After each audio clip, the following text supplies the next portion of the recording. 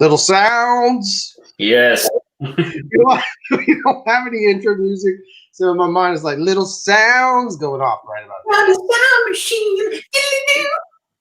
Welcome to Just Delightful. How's my sound this week? Is it better? Yeah, you sound good.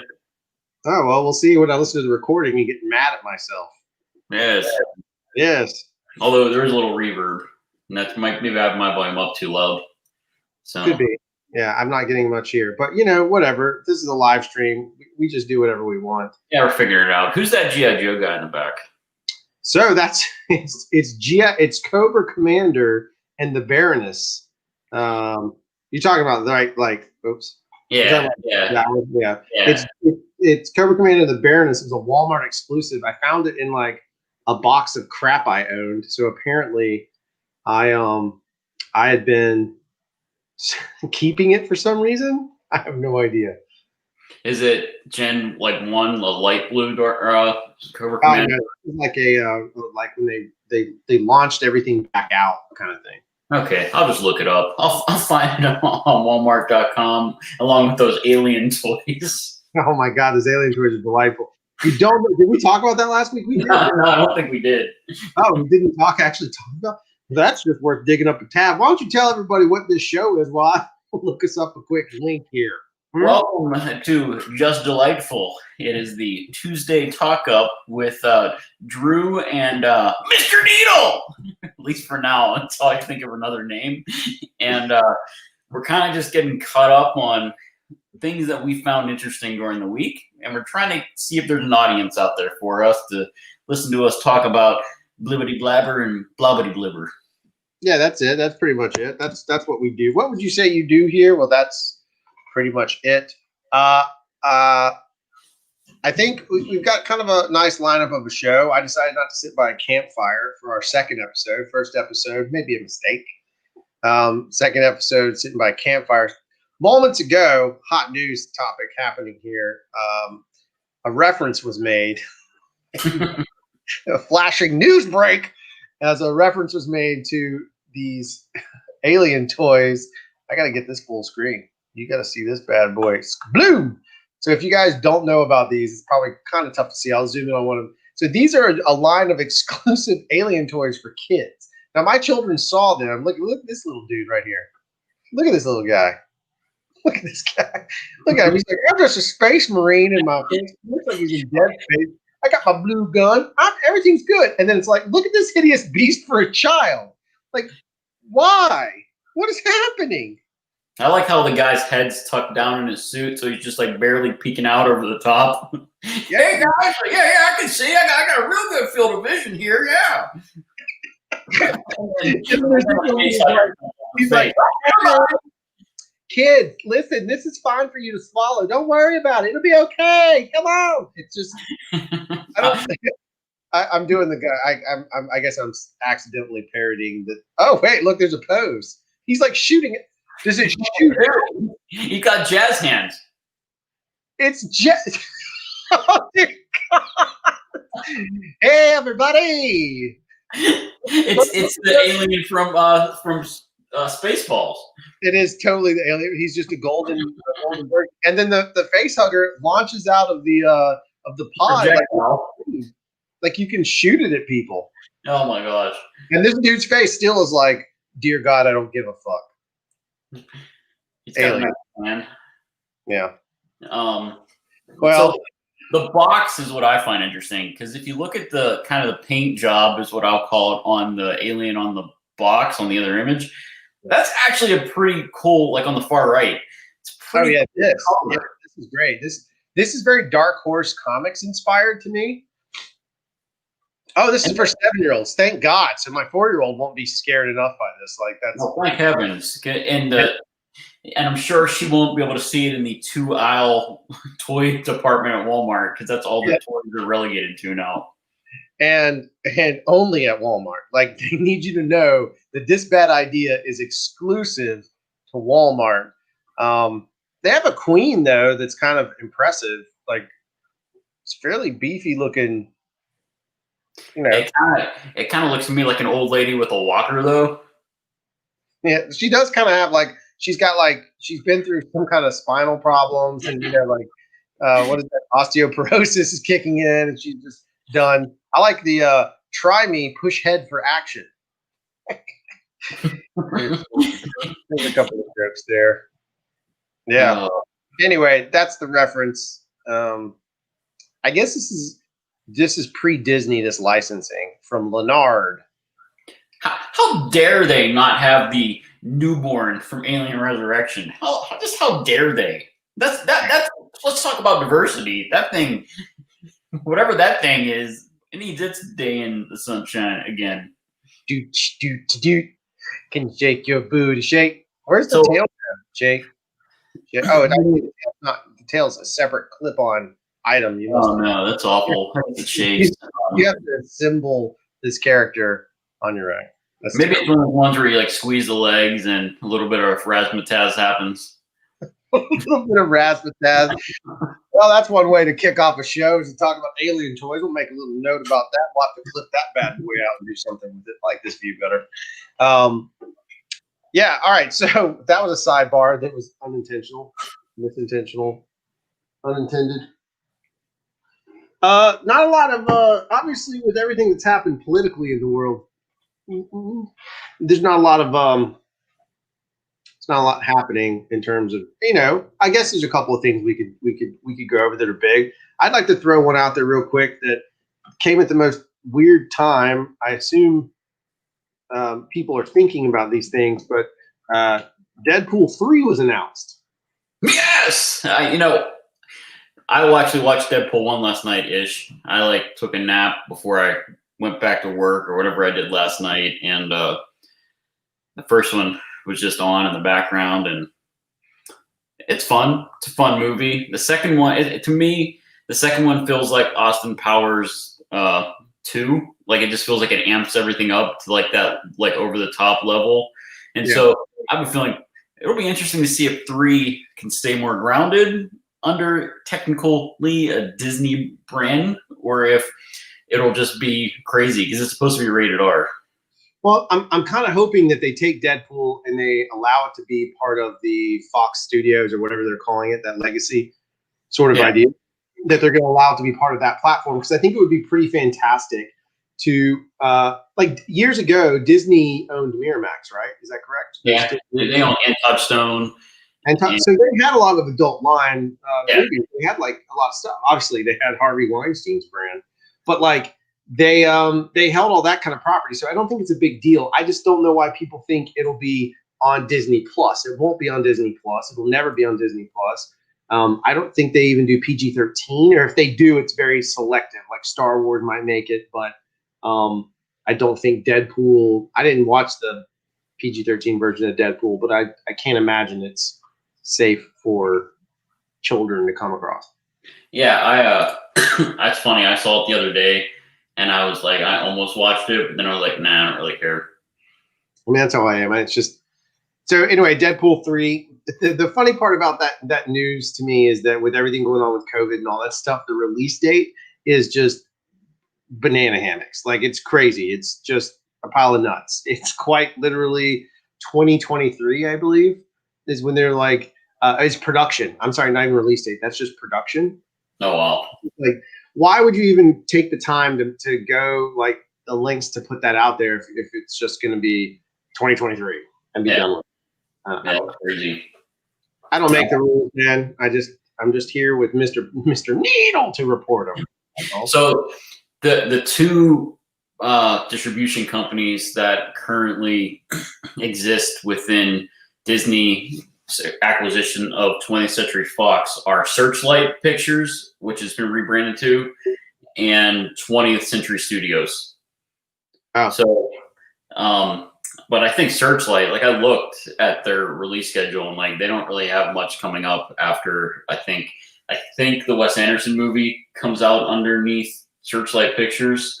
That was held from distribution last year because of the beer bug. And so I don't know. It'll be interesting to see what Disney does with either of those. I mean, obviously, 20th Century Studios in particular has a pretty deep history. So it's do you just abandon that and just roll all those properties into something else. I don't know. Yeah. I mean, I'm just looking through an article that was just saying that like Disney has released far more. I can pop it on the screen. I guess Disney's put out far more rated R movies than you realize. And just kind of going back through, like, I did, back to your point for your knowledge there is like Touchstone. Down and Out in Beverly Hills was the first rated R movie. That's kind of fascinating. And Hollywood Pictures, that was the other one I was thinking of. Which one? Hollywood Pictures, they also own, which like, oh yeah, if I can remember, like Con Air might have been Hollywood Studios. I don't know. Like I'm trying to put on my thinking cap from the '90s. Yeah, it's kind of tricky to go through it. Speaking of '90s, I read a book over the COVID break during the pandemic.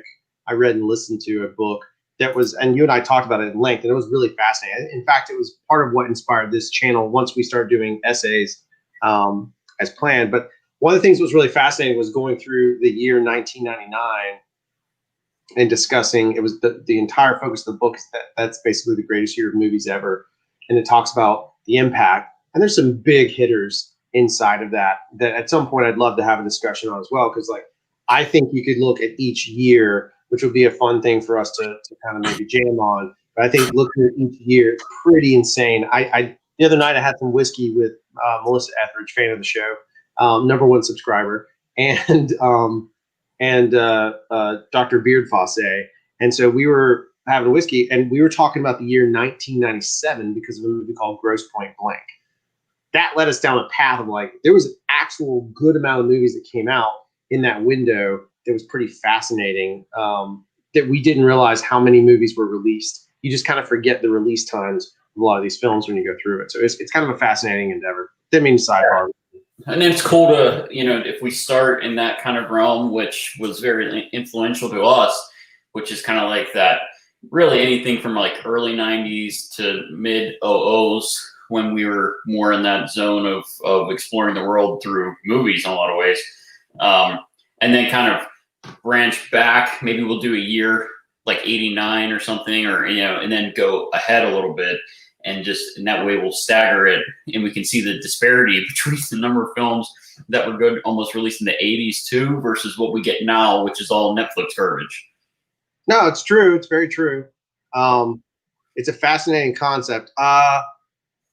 We could, I've seen this before, but it's a fun conversation to be had.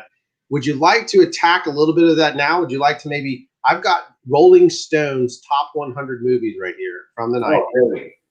And we could go from 100 to we'll just see how it goes, but maybe 100 to either 80 or 191. We'll just see how it is. Would you like to tackle that just real quick? Just mix it up a little bit? Yeah, let's just try it.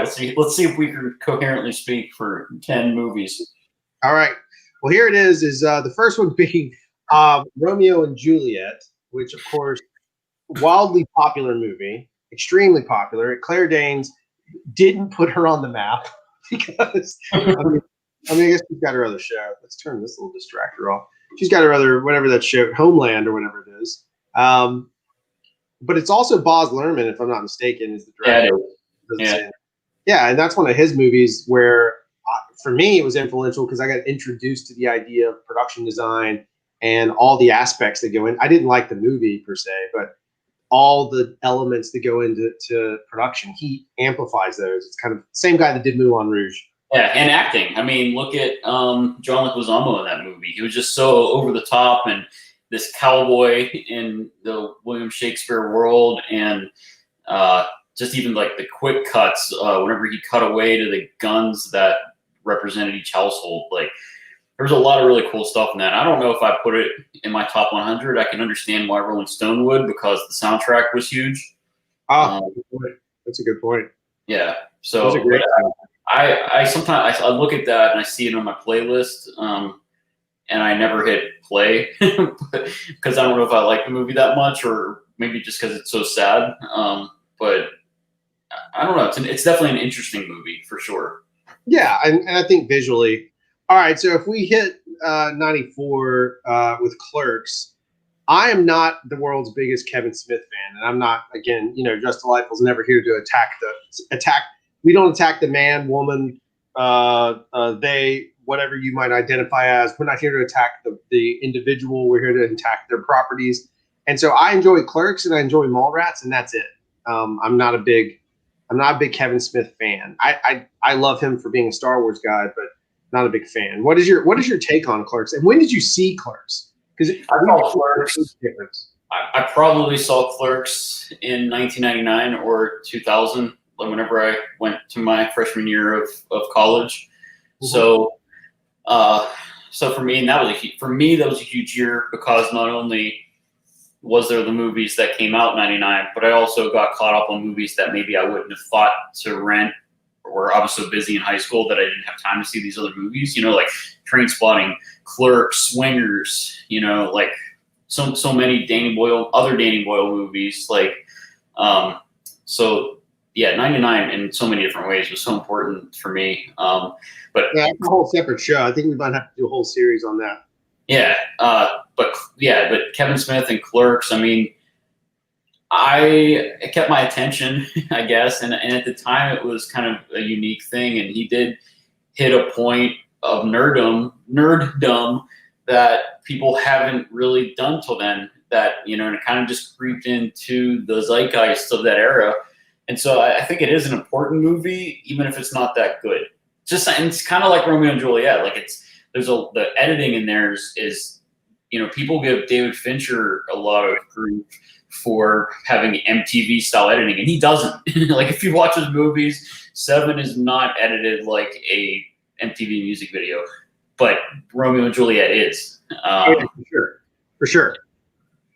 But so that goes back to my thing about Clerks. If I go back and watch Clerks, I watched it again recently. It was on HBO or something. I picked it up, and I remembered how much I loved and hated it. There's some cringy stuff, not like in a social justice cringe, but just like in a that's just great movie cringe. But there's also some great lines in there. Certainly became very relevant and very fun again watching Mandalorian. So you've caught up on that, right? Yeah, we've talked about it. So on Mandalorian, there's a great sequence where there's a guy who's like, I was on the Death Star, I was there, you know how many millions of people you killed. Yeah. Straight up Dante's entire speech, or whatever the other guy's name is, I can't remember the name. But whatever the guy's name is, that gives the whole speech about the Death Star with workers and all that stuff. The funny thing is, Clerks, you can tell it was made on indie budget. And I think that's where the charm is. Yeah. In Clerks is the idea that, I did not mean to squeeze your face out, is the idea that it was made for the cheap and it worked, right? It's something that we love. Next down, funny story, worked with one of the producers on Buffalo 66 on a little indie film. It was called Love Liza with Philip Seymour Hoffman, Kathy Bates, and Todd Loizo. He directed. And because they talked so much about it, somebody would be like, back on Buffalo 66. Every time I see it, it's all I think about. So I've never actually seen this movie. I can clearly say, even as a filmmaker, I never saw it.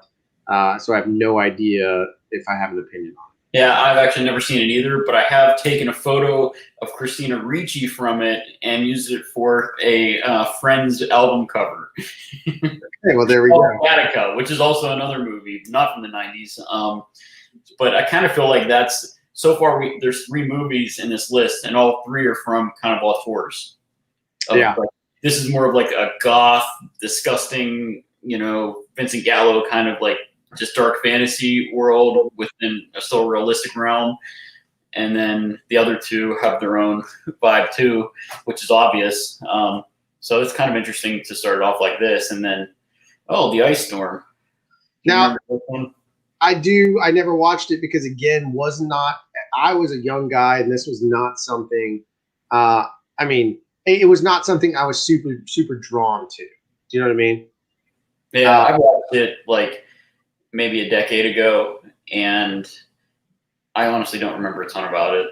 Yeah, it's the same thing. I recognize it, but it was not something that connected. Now, of course, we hit a 1999 movie. Again, this is why this year, you're going to see this show up as we do this top 100 list, which will not all be done today. That would be like a way long show. But I do want to talk about how much I love the movie The Virgin Suicides.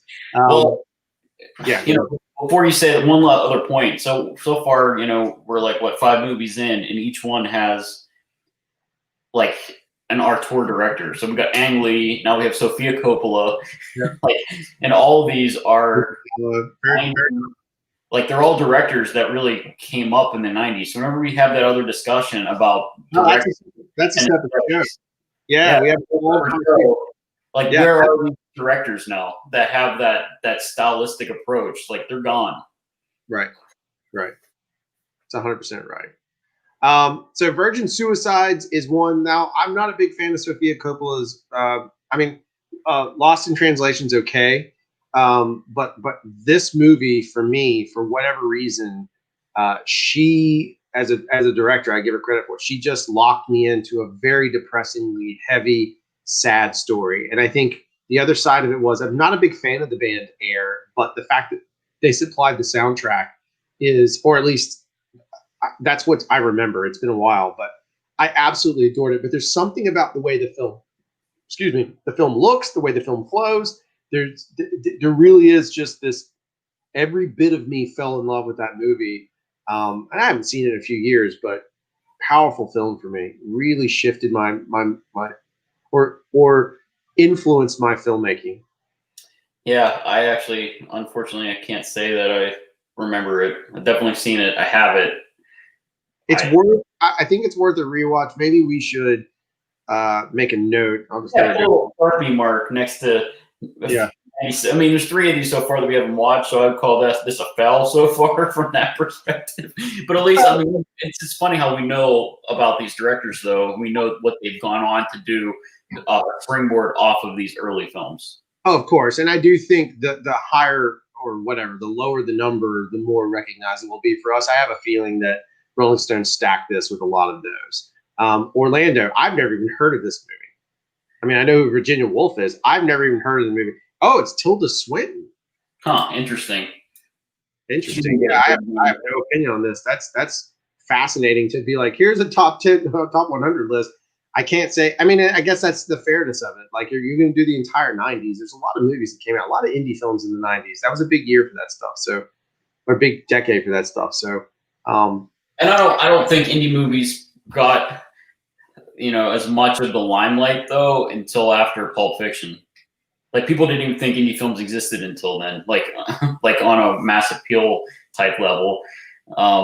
Until, and unfortunately, until Miramax and the Weinstein started realizing that they had potential to make money there, or whatever. So as awful as those human beings were, potentially, they made a lot of good movies. Yeah.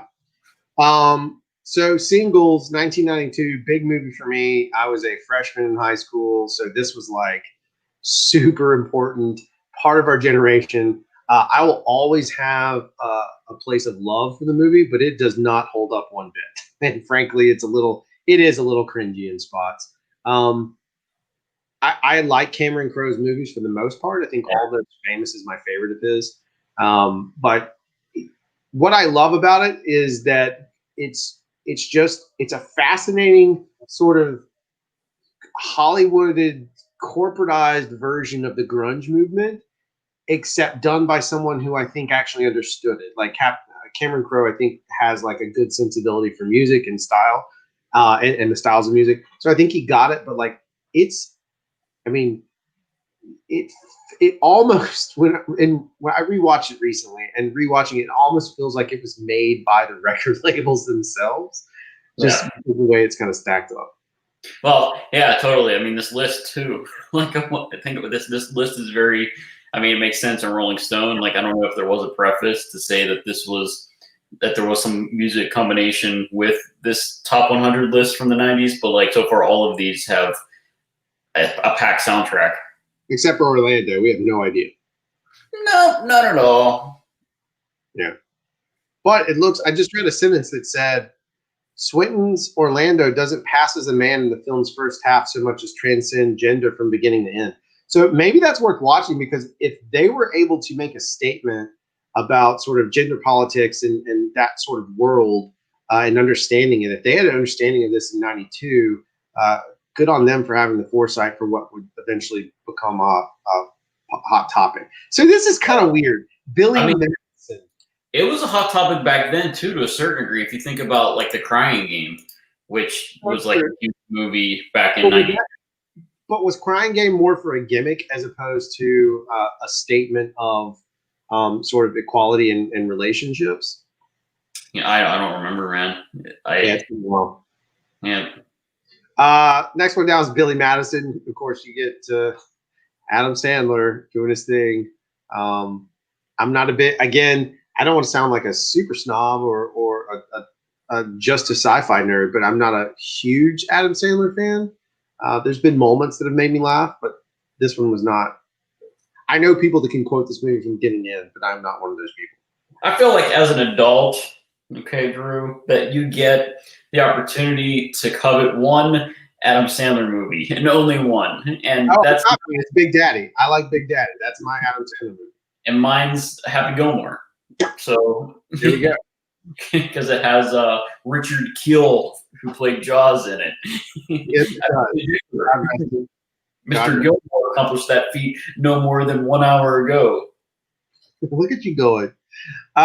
Usual Suspects. I would say great to see it in this list. I thought it might be a little bit higher. I guess personally, this is again pre-Creepy Spacey, or he was creepy. Maybe he wasn't caught yet. But this movie like shifted my entire mindset about filmmaking. Like it was a huge, and I'm still in high school at this point, but like it was a big deal when the twist happened.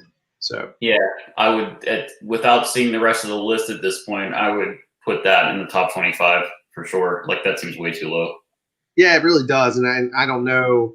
Like I said, I think we'll probably recognize more as we get further in than less. Let's jump down to 1991 Lone Star. Now, I do not at all remember this film whatsoever.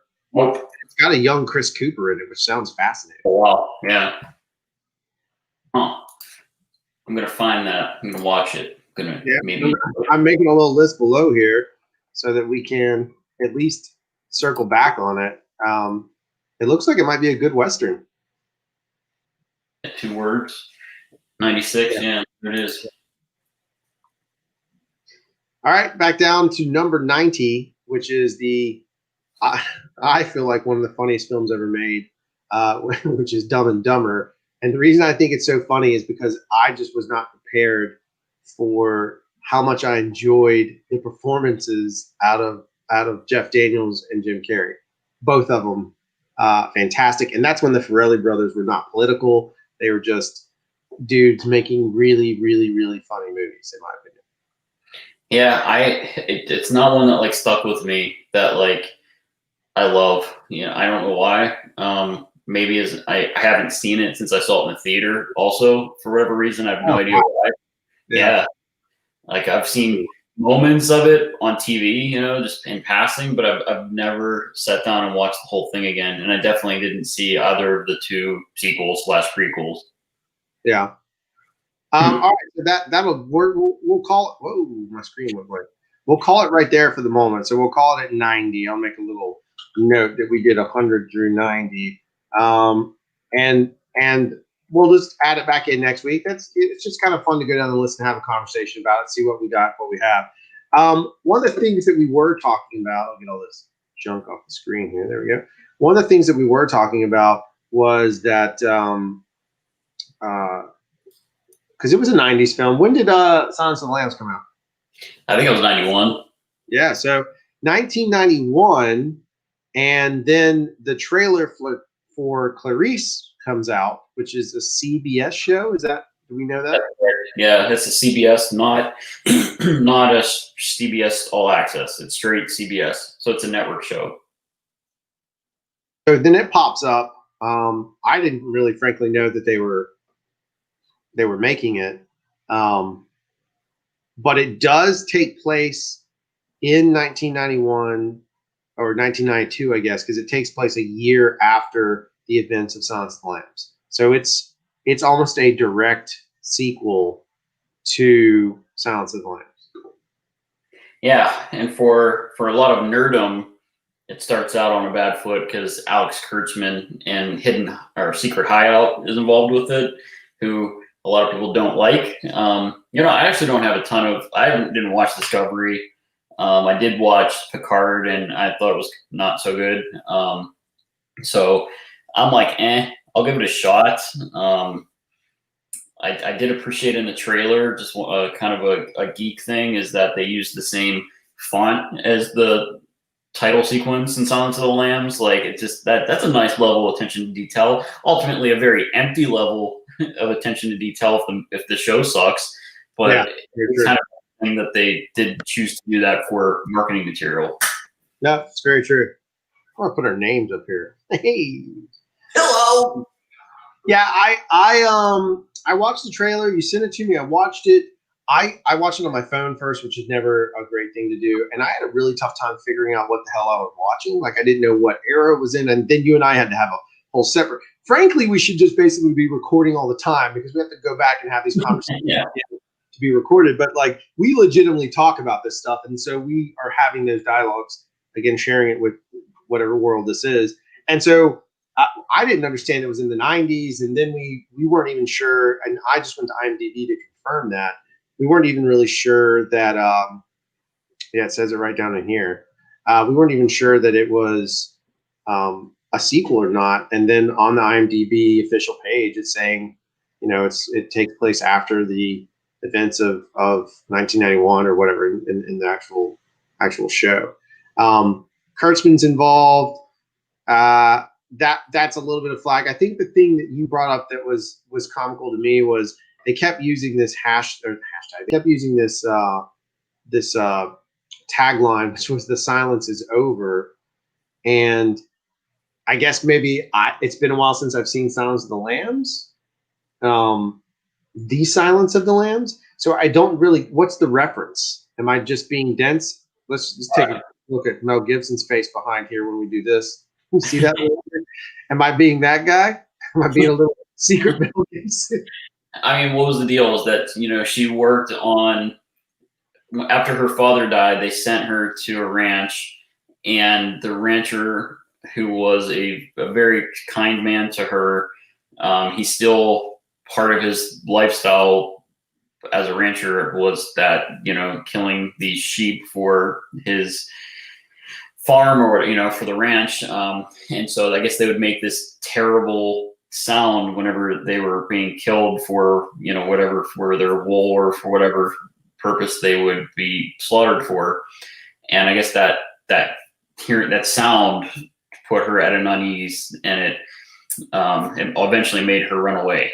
And so then to her, I guess that paralleled the sound of these women as they were being slaughtered by Buffalo Bill. No, okay, that makes sense. It's fantastic. But why is the silence over? Because now she's the screaming sheep?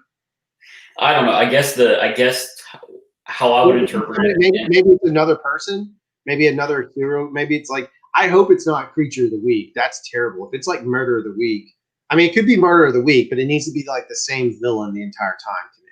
Like, I don't need 20. How many episodes typically is 22? I don't need 22 different serial killers. It's not like, I don't need Law and Order. It just doesn't work to me. I'm not into that. So 2 points. The first one is like, I guess if you're going to say the silence is over, which is a stupid thing to say because it makes it sound like the silence was almost like I don't even understand. Like, I don't really. It doesn't make a ton of sense other than the perspective that her solace is over. That for her, her mission accomplished was over because maybe there's a copycat killer is the only thing I could think of based on the imagery from the trailer. Unless that's because in the trailer there's a ton of imagery from the movie that they refilmed to have shown Buffalo Bill curating the skin that he used from his victims.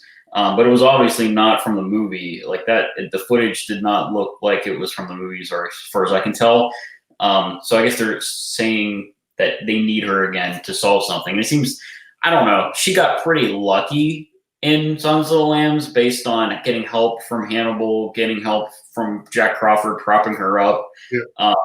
she definitely was not a Mary Sue, as a lot of people might complain. And so she worked hard, and it took her efforts though to put the pieces together and find it. But she wasn't just like this awesome FBI agent at that point. So in the trailer, they're kind of portraying that happened to her, and then she regresses to a certain extent and out of depression, and then they need to bring her back. And it just seems kind of weird to me if they bring her back as like some type of all-star, and whenever she was still a trainee at the time of Silence of the Lambs. So they're gonna have to really work with that to make it be like, well, why do they need her so bad? Other than if they want her because she brings a level of credibility in the press or something, I think that could be an interesting thing to say, like just to use her. I think that could be a really interesting angle if they try to like take this woman who experienced this terrible kind of trauma through having to kill Buffalo Bill, and then just exploit her on top of it through the FBI to just use her as a pawn for good press, to drag her out of this depression or whatever. I think that could be interesting. Probably won't be that interesting. Well, the other thing that the trailer indicates is that it could be that they're not only using her for that, but they're using her as sort of because she's a press darling, they're using her to kind of cover up other pieces, or they're using her as a manipulation tool, which I guess could be that she's quiet about it, the silence is over, she's going to start solving the case on her own or something, which could be fun. I mean, again, I am a big fan of The Killing. It's one of my all-time favorite watches in history. But season 1 and 2, after that, I'm kind of out. I loved The Killings, and so if this has that sort of, it's Kurtzman, so it'll be a strong female character. But or central female character, if it has that same sort of sense as The Killing, I'd be tickled. I'd be very happy. But if it's Kill of the Week, so. Another murderer. Yeah, Hannibal on NBC, which was. Let me just cue up what. Here you go. Nope, there he is. Oh, look at him! He looks very delightful. So that was season 1. That was. Yeah, well, that's the relationship. It's him whispering in Will Graham's ear and kind of bringing the worst out in Will Graham is the huge part of what makes season 1 and part of season 2 so interesting. It's that manipulation where you don't necessarily see that version of Hannibal being ruthless up front. You just see him like twisting the screw, and it's really masterful. So the thing about Hannibal season 1 on NBC is, well, it was the most graphic thing ever at the time for network TV. It was so ridiculous that was on network TV. But it was Monster of the Week. It was the Killer of the Week, but the Killer of the Week did not matter at all. It was all about how Will Graham and Hannibal engaged in their relationship to solve that murder. Like, unlike CSI, where you get little dribble bits of character, it was all about character, and it just happened to be that there was also this terrible killer every week. So it can work. Then once they got past season 1 on Hannibal, a lot of people will disagree with me, like of the Fannibals or whatever they call themselves. It became a soap opera. It became who's killing who's dead, who's alive, who's having sex with who. And then they made what I think was a complete mistake, which was telling Red Dragon on screen again for the 3rd time in season 3. And not changing it up at all. They still used that Red Dragon worked at a film processing company in 2015. Why? Like update that. Have him be. I don't know how you do it, but dag, that's so lame that they basically told the same story for the 3rd time. The bright spot in that story was the actress from True Blood, who played the blind woman. She was excellent. All right, it's on my list to go back and watch. My partner is super into true crime, though we're kind of living it now from a weird relationship, so we have to be very cautious. But anyway, so we talked about going back and watching that at some point and enjoying it and seeing what happens. But the reason we're bringing all that up is because the trailer dropped, and I believe the show is due out relatively soon as this airs. I don't see the exact. Oh, there you go, February 11th. Yeah, we can kind of see what we get from it. The other thing I was going to mention is Hannibal Lecter, as of this moment, just as they couldn't get Clarice Starling into Hannibal TV show, it's going to be very difficult to get Hannibal Lecter into this show because apparently the rights are split between Dino De Laurentiis, famed producer and production company of my favorite film of all time, Army of Darkness, and MGM. So there's like a weird rights situation of who owns what, and so they're not able to get these rights locked up whatsoever. Yeah, and I think there's that like fan dream that there's going to be Hannibal season 4, and every so many months something comes out that it's in talks. And I mean, as of like 4 days ago, I read something that Netflix might try to revive it. And I think that wouldn't be a bad call if you can get the right actors back together. Part of the problem with season 3 was they just didn't want to get rid of these actors because I think Brian Fuller had too good of a time working with them, and so he didn't want to write them off the show as out of loyalty to them, which is great. But it's like keeping a character on the show for an extra season just for the sake of you liking them. That's not good storytelling. It's not. Totally agree. Yeah, so it'll be curious. I'll be curious to see. So that drops February 11th, and that'll be a fun one to have dialogue. Have you watched anything on The Stand that's? I watched the first episode, and I just didn't care. Yeah, I've heard that they tried something different with like the time non-linear storytelling in terms of the way it flows. I heard it doesn't work as well as it could, and so is what it is. I was a little bit confused. Yeah. In the first episode, I was confused by the timeline because they were cleaning up bodies right at the beginning of the first episode, and then I think they returned to that vibe at the end of the episode where they jumped ahead in time for the end of the episode, but it didn't really make any sense of it why they did that. But overall, it felt like a Stephen King TV show. It felt like that Inside the Bubble or Inside the Dome show, which was not that good. Like it just had those like paper thin characters that usually happen whenever you translate Stephen King to TV. Yeah. So the translation part, just to make it for funzos, I'll pop this added into the stream. So we have an announcement that came out today that we are potentially going to see an Indiana Jones. And this is all we got, right? This is it. This is the trailer. We're going to see an Indiana Jones game from Bethesda, who made Wolfenstein.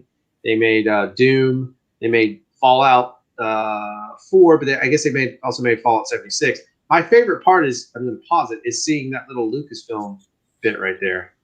It makes me happy. It just reminds me of old school, sort of the old time gaming type stuff. Yeah, I mean, that's the original, very close to the original Lucasfilm Games logo back in the day. Right. Is that it, really? It just goes to a black screen? Yeah, I think it was just used as like a social media thing, and they probably just threw it on YouTube, which turned out to be successful because there's almost 500,000 views. Yeah. It's pretty fascinating. I mean, it's exciting, the idea that we could get – what do you think it's going to be? Would you think it's going to be an open world game? Do you think it'll be because in many ways we have Uncharted that is very similar, right? I mean, you think about it, Uncharted has this sort of same tone as Indiana Jones, just maybe a little bit different, modernized and a little bit different sensibilities in some cases, but it's very similar. Like there's maybe a lot more murder involved in Uncharted games. In this, my concern is that the Crystal Skull is such a terrible property that what are they going to do to make this interesting? Yeah, I mean, I'm thinking more Fallen Order, at least, because that's the last successful kind of Star Wars game. At least maybe Rogue Squadron or Rogue Leader or whatever the hell it was okay. But it's like, I can see the character and the world being a lot like it was in Fallen Order with the jumping around and stuff and using the whip kind of as opposed to Jedi powers. But I don't see the skill tree stuff for Indiana Jones. Like, how do you give Indiana Jones more skills? You don't. Like you can give him a different gun. You can give him vehicles, but you can't really like make him grow and gain more skills. So that's going to be the weird one. How do you make that character change throughout the game and make the game continually more interesting? Or like that one's the one for me. And I guess that's where it would not be a game like a Metroidvania game. So yeah, I don't know. Like, and that's where it have to almost be like a Tomb Raider game again, or Far Cry or something. Yeah, I mean, I guess Far Cry is a good representation. You could pull a Far Cry type, but then you're, like I recently went back and played a little bit of the box. I went and started playing Far Cry 5, and I never played it. It's fun. It's a little weird now, like in light of the world, but it's still fun. But the downside is that I'm with you. I kind of hope it's more of a Fallen Order type mechanic, and sort of Fallen Order. There were lots of moments where there's lots of bad guys, and then there were sequences where there was very few, and it was about exploration and puzzle solving. I think that would be great. I think that would be fun. I think it could be interesting. And again, I'm with you. I don't think there's a skill tree for Indy to learn as much as there is probably more item-based acquisition of things. He's got to go find this stuff, which does kind of put it in line with Uncharted. If I remember correctly, Uncharted does not have skill tree. So I don't know. It's exciting to see if we could maybe get the Indiana Jones story continued without a bunch of hubbubaloo in the way. Yeah, I mean, the hubbubaloo could be. I mean, they're supposed to start filming it this year. I think the next movie. Yeah, that was pre-COVID. Yeah, that'll be interesting. I don't know. I don't know what they're going to do. I mean, I want a younger Indy. I want Indy that's like I want Indy from Temple of Doom Indy, like pre-Raiders Indy, or I want post Last Crusade Indy. And the reason I have that defined window is I want the Indiana Jones that's not old yet. Not to be mean, I love you, Jason, but like my dad and Harrison Ford are the same age, and so I just don't want her close to it. I just don't want to see. I don't know. I just don't need a. I don't know. In this world, who knows? They might be like, look, it's a video game where you have a geriatric hero. Maybe that's what the world needs. I don't think. I remember you making fun of him. The trailer back in 2008, whenever Indy used the whip, and you kind of just had this little motion that was limp, like. Now imagine that 13 years later. like it's not getting it. Like the games we used to play with it, where it was just like the whip was like you could just fire it off. It was like you just use it as a. I think if I'm not mistaken, it's been a while since I played it. Have you ever played Broforce? No.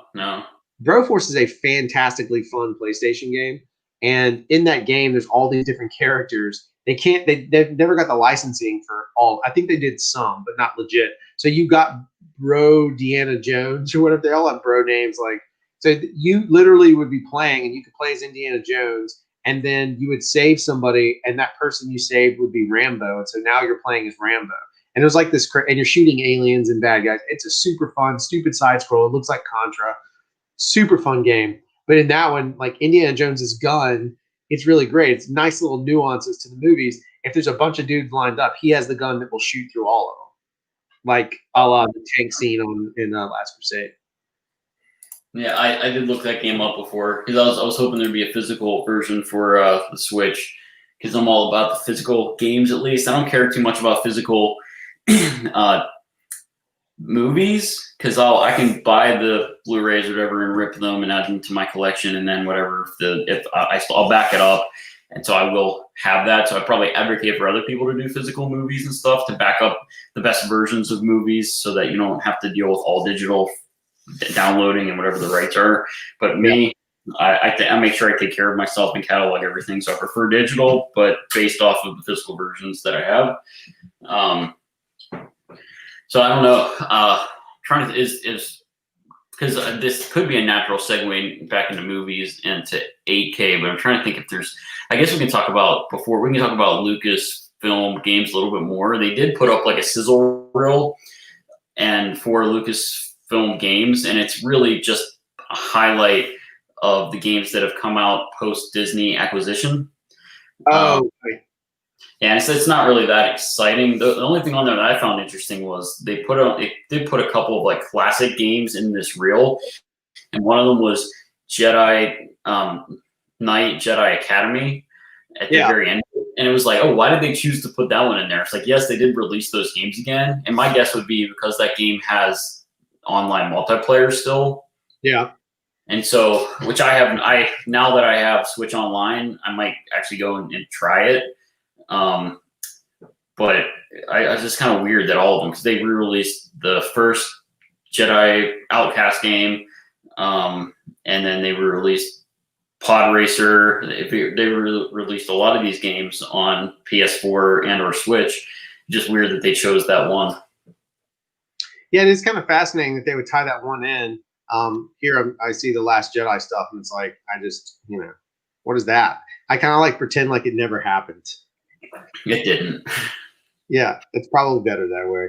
The fact that the story, the lore of Star Wars is so much stronger after, like here's Kyle, but after the fall of the Empire is what the bigger problem with their world is. But that's separate conversation, separate subject. It is kind of fun to watch all this stuff. I mean, it makes me want to go play Saw Gerrera. So this is yeah. It makes me want to go play some stuff. And I played a lot of Squadrons. I enjoy it. I still from time to time will jump in and play Squadrons. It was a fun, very simple mechanics. It was just about getting in there and blasting friends and foes. So pretty awesome. I'd say the biggest problem with Fallen Order was that it just got so repetitive. Yeah. It did get the same thing over and over again. Yeah, and I don't know how you break out of that for a sequel other than like to bring in different characters that are playable. Yeah, agreed. And give them different abilities or rebuilds. So maybe do half of a game with a skill tree already acquired for whatever his name was. I can't remember what the character's name was. Do you remember? It's not Kyle Katarn. That's somebody else. That's what I was thinking. But you bring in like somebody else to build their skill tree, or you bring in other characters that aren't Jedis that have to use guns. Yeah, no, it's true. Other gimmick. Yeah. I think that would be a ton of fun, even to play this same game again and explore the levels with different objectives, having to navigate it in a completely different way. That would be kind of interesting. Yeah, I would. I mean, I'd be more into that than, because if you're going to try and get me to come back to it, you got to give me some reason to be there for it. So yeah, the only thing, I guess, it's the game is like in parts. It's like where it is kind of wide open and you explore it, but then in certain parts, especially whenever you get to Kashyyyk, where you're totally on a journey. Once you get up into the trees, like there's no going back. You have to go forward, and you really need some of those Jedi skill sets to be able to jump from tree to tree and stuff. So like I guess you could be a Boba Fett type character and have a jetpack. Like yeah, you could be a Mando and fly around for sure. Yeah, okay, it still could work. Yeah, not interesting. I don't know, but I don't know. Yeah. Excuse me. Yeah, so one of the other things that's going on right now, and we're into day one of it, is sort of the CES, not sort of, it is CES. And so CES has got a lot of different stuff. I'm throwing a video up behind us just to have some dude talking. It's not really relevant. We're not going to listen to him. It's just talking about the fact that, like, 8K is all the rage. And they're showing some nice behind the scenes stuff, like how thin that bezel is. I mean, that is a very thin TV for a QLED, but you go pull up the pricing on some of the stuff, and it is into the, let's get rid of this guy. It's into the tens of thousands. I mean, I just looked at one a second ago, but again, it was a 98-inch TV. So that's epic. But the problem is, as you and I have spoken about this before, 8K is fantastic, but there's no content in 8K. So right, other than this garbage the guy's looking at, which you could put up in probably 1080p because it's so undefined and has no edges, and it probably would look amazing anyways. Absolutely. It's just great. Yeah, I mean, it's just color. It's the same thing. It's why Best Buy does these demos when you go in and look at them.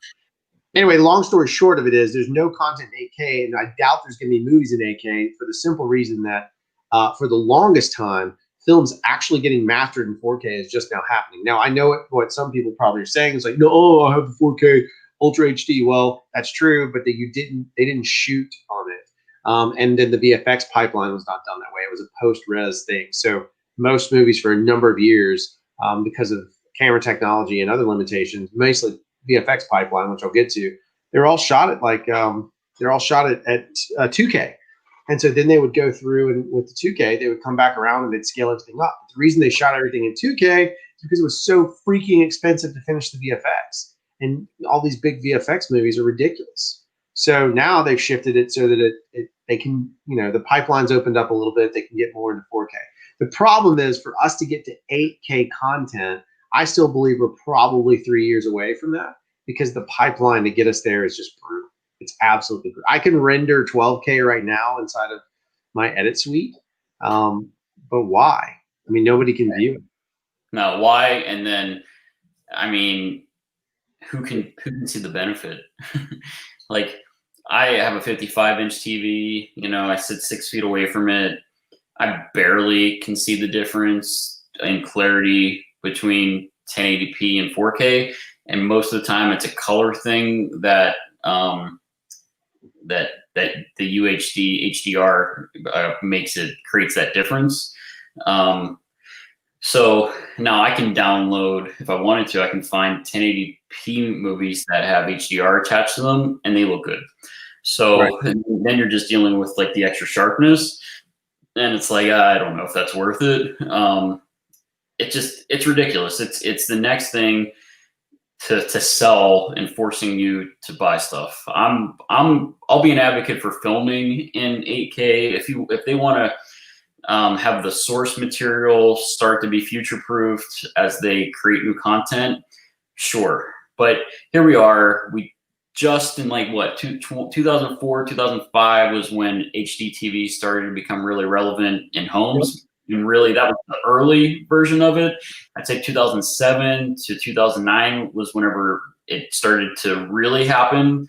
And so here we are 10 years later, and 1080p TVs are toast. Like, you probably couldn't even really find one if you wanted to, for the most part, a really high quality one. I mean, other than a used one.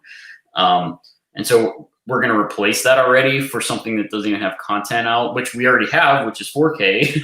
Yeah, no, the only catch would be is part of me wonders if they're sitting back on some of the HDR encoding. So like, yeah, the processor behind the HDR, if they're sitting on some of that stuff and only loading it into 8K TVs to help push that to market, then you might miss out on some fidelity type stuff.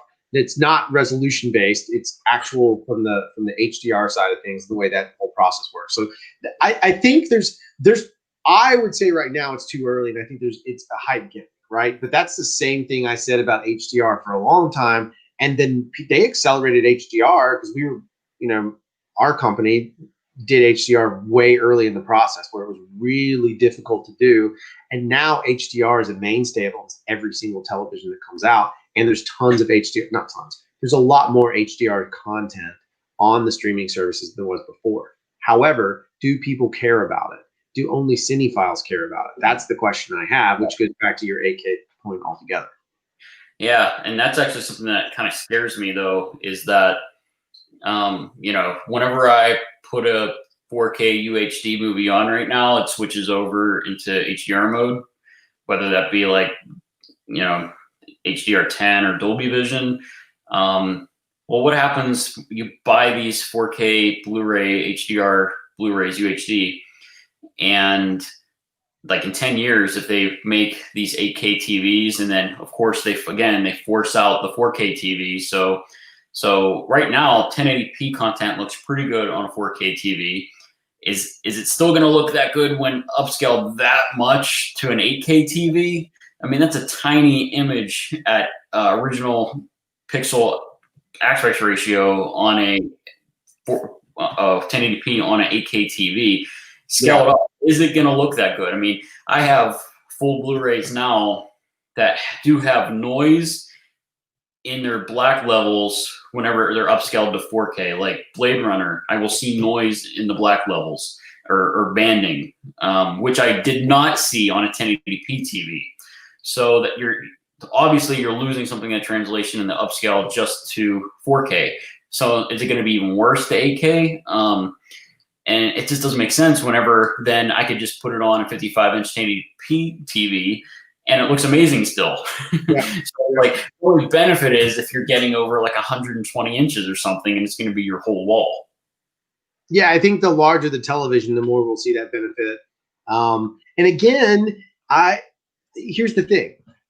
It's going to take a while for the content to stream out. I mean, they might be able to take some film prints and pull them up, but technically, film print blown up is a 4K image anyway. But we'll see. I mean, I don't know. I watched Planet Earth in HDR, 4K HDR, and it's amazing. I wouldn't buy a TV for that, but I did enjoy it. I will say that I did enjoy it. So I guess that there's certain pieces of it. The other part of it is I don't know how they're going to deal with broadcast versions of that. They have HLG for that stuff, but they're going to have to figure out something else to kind of really push it through. So I don't know. Yeah, like Fox Sports, I might still be pushing out like a 720p signal. Like my brother just bought an 84-inch TV, and he said whenever he put football games on that were on Fox that it looked like absolute garbage. And so apparently, and then he went down the rabbit hole of researching it. And he said, yeah, Fox is awful. Like their broadcast that they put out is just super low bit rate, is problematic as hell. So like, and that's, on a 4K TV, it looks like garbage. So they don't, and it's like with broadcast dying and sponsors drying up due to whatever issues there are in the world, especially for like these sports companies, that maybe that'll change. Maybe they'll get their viewership back on TV, but I don't know. It's like, what is the motivation going to be to go in there and overhaul their infrastructure to make it look better on these bigger displays if they're not making any money? No, I totally agree. I mean, I totally agree. It's always going to be that same battle, and the only thing what we really need to do is wait and see what the porn industry does. Like, not totally. I mean, it's a half joke, but it's an absolute truth. They made the decisions between HD, DVD, and Blu-ray. The porn industry went with Blu-ray.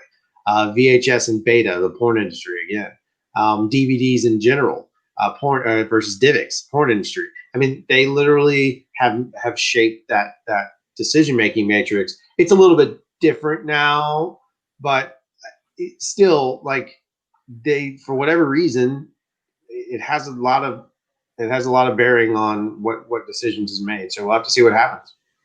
Yeah, and I actually, if I think about it from the perspective of the porn industry, I don't see the benefit. And so if I'm sitting trying to picture myself in the porn world with physical discs, I would probably think that the porn industry for physical discs almost looks back and says, we probably should have just stayed with DVD, because I think DVDs are still way more popular than Blu-rays, even still worldwide. Yeah, of course. I think it's just more a matter. Yeah, worldwide, 100%. So a branching topic, this might be just like a shortcut, but something that I've been complaining about for a decade, and it's something that has really bothered me for a decade. It was that whenever the Lord of the Rings trilogy came out on Blu-ray, the first movie in the trilogy, Fellowship of the Ring, was regraded, and it was awful. It was one of the worst film regrades ever, which is a trend that we might do a video on eventually, where they call these remasters whenever they release some of these movies on either UHD or Blu-ray, but they just go in, they put a blanket layer of color over it, and they call it a regrade. Why, I don't know. It's usually an orange or a teal color, and they act like it's some type of upgrade.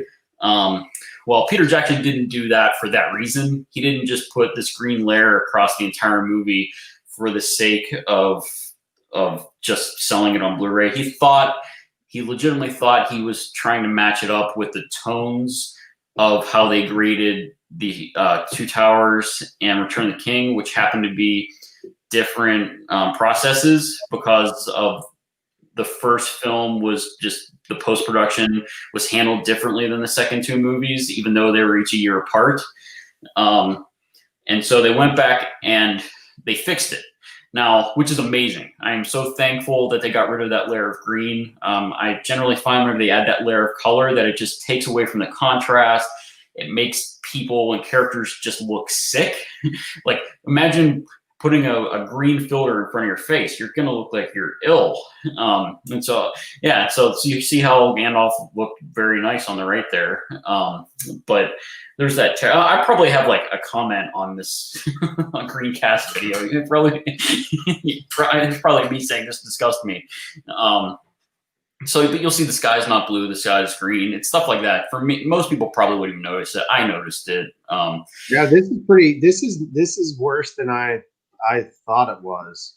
Yeah, it's terrible. Whites aren't white. The snow that comes halfway through the movie, whenever they're kind of starting their journey after Rivendell, is green. It's just bizarre. So, anyways, Peter Jackson made a claim that most of the shill review Blu-ray sites picked up on, that it was because of the way that Blu-rays were processed or this or that or some nonsense. Like, and most of these sites just let Peter Jackson get away with it. But then fans went and regraded the movie on their own. They did a pretty good job. I have a couple of those regrades just because I couldn't watch the movie otherwise. And now Peter Jackson has gone back and remastered it legitly, and the movie looks amazing on 4K UHD. So This is a good story overall, and it's actually, that one is the best of the three on 4K UHD. And I think most review sites do the trope where it's like, oh, well, this one came out last, so this one's obviously the better looking one because of this or that. I'm like, no, you can tell that the most work absolutely went into Fellowship of the Ring, and it looks stunning in moments. Yeah, which is crazy, So I'm really happy about that. So I don't know, but that image is terrible. So I'm happy to see that something went right with it, because that is just horrifically not attractive whatsoever. Yeah, there's a channel on YouTube that actually kind of, I mean, it's hard to replicate what UHD looks like on a non-UHD screen, but he puts the color profile in and he takes screen captures of the movie, what the non-UHD representation is on just a regular SDR screen, and so like it kind of mimics what it should be looking like, and it's HDR, so it's not true representation, but it's pretty close to whatever these remasters look like, and he compares it to the previous versions, and it's like night and day. So yeah, that's a really good site that I go to all the time, and I'm not sure which comparison he did for that. I don't think he actually showed that really green version. I think he showed the theatrical version in his comparison, so it wasn't as bad, unfortunately. I'm saying he. I have no idea if it's he. I apologize if it's not he. I'm sure it's a delightful human being. But nonetheless, so that's a whole nother conversation. There's dozens of movies that have done this, and some of them have made this mistake on UHD. So here we are with the most advanced format possible, and then they decide to make a mistake. Right. For instance, Batman. I don't know if you have the potential to look that up, Drew. If you can look up Batman UHD comparison, you'll probably, the guy's stream is called My Moonization, I think is what his name is. But Batman Returns in particular, like you can just see like it's a layer of teal, and it completely changes the vibe of the movie, and it makes Michael Keaton or Michelle Pfeiffer look sick whenever they're on screen. And it's like, because it was a really awesome remaster that they actually did for Blu-ray. So that upgrade from DVD, they didn't screw up for Blu-ray, but then they screwed it up when they put it on UHD. And my only guess could be is that they did such a good job on Blu-ray that they thought that people wouldn't see the difference. So they decided to muck it up for UHD just so that it looked different. It's absurd. Why do that? Right. Yeah, I don't know. This one seems to be showing all these different renditions. Yeah, so the different versions, I suppose. Yeah, so it's you'll see. It usually does the. So there it goes. So see how teal that became? Right. And it's whenever you see skin tones, it's you can see it way more obviously. Here you go. Yeah. Oh, that's a great one. So I think a lot of people might complain. I'm trying to cue it up so we can actually see the piece you're referring to here. Yeah, there's one. I know it's towards the back end where you see Batman. It's where you can see it's whenever he's in his house and the bat signal comes in. That's one that is really good to show. Why would you do that? I don't know. So there's that one's not even the worst, most objectionable one. I'm trying to, yeah, it might be the next one actually, because there's the bat signal. So I'm thinking it might be the next one. Oh, right here? Yep, you'll see it in this one. This one's horrendous. So here you go. Is this the one? Yeah, so you already have a blue bias to it anyways. So why push it further? Ooh, wow, that is hideous. It's just stupid. Yeah, I don't get it.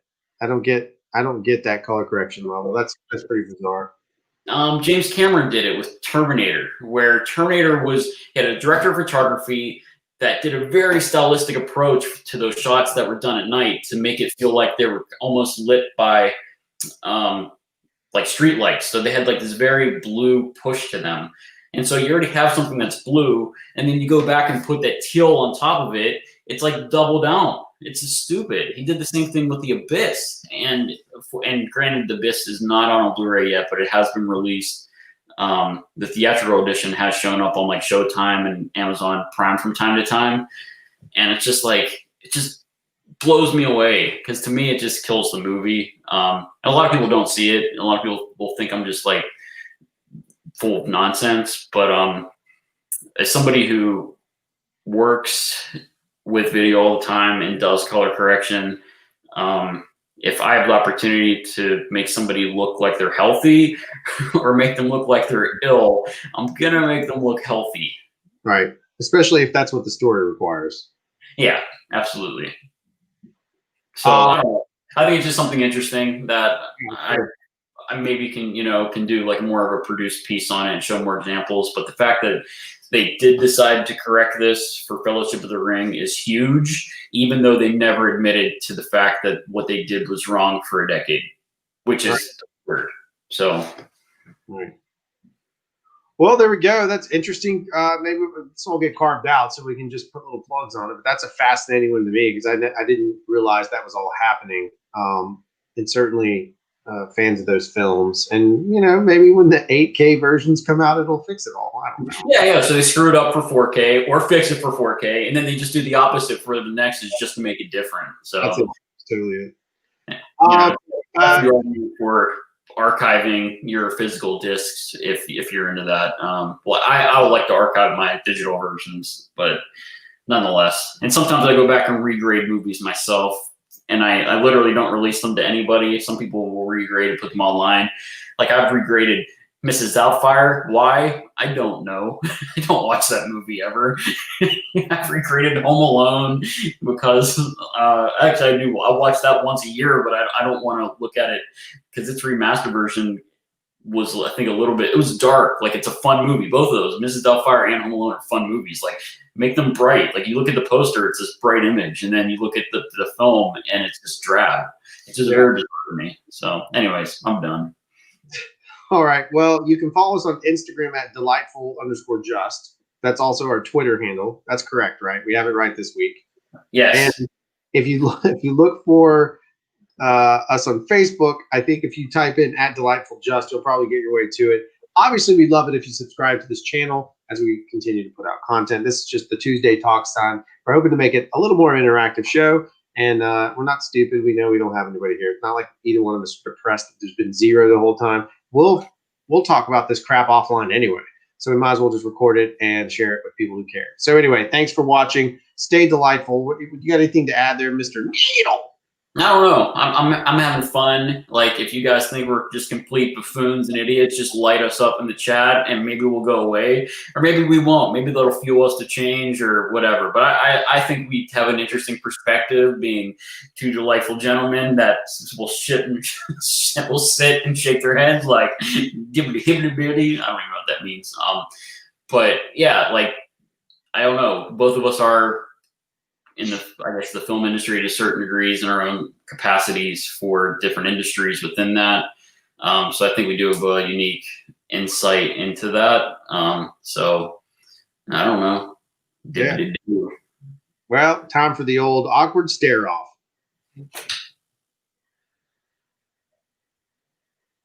I think I stood still long enough. I